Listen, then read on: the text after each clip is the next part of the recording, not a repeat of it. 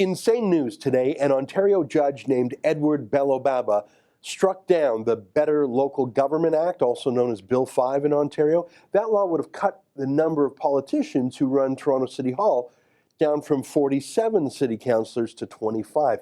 47 city councillors for a city is absurd. The planned 25 politicians would match the boundaries of the federal and provincial districts.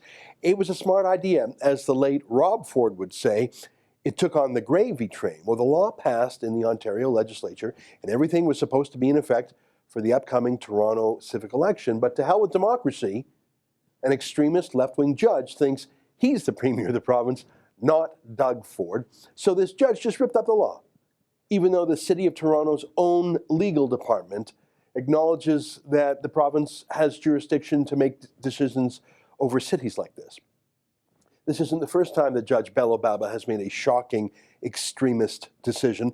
Just last year, the same judge ruled in favor of the convicted terrorist Omar Khadr. See, Khadr was given a $10.5 million gift from Justin Trudeau, actually from taxpayers.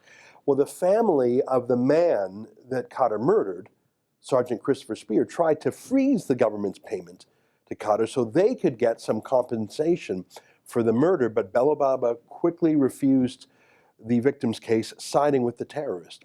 I think Judge Bellobaba should quit being a judge and run for the NDP and see how many Ontarians support his far-left politics. Until then, we need to help Doug Ford fight back against the gravy train and its elitist protectors in the courts.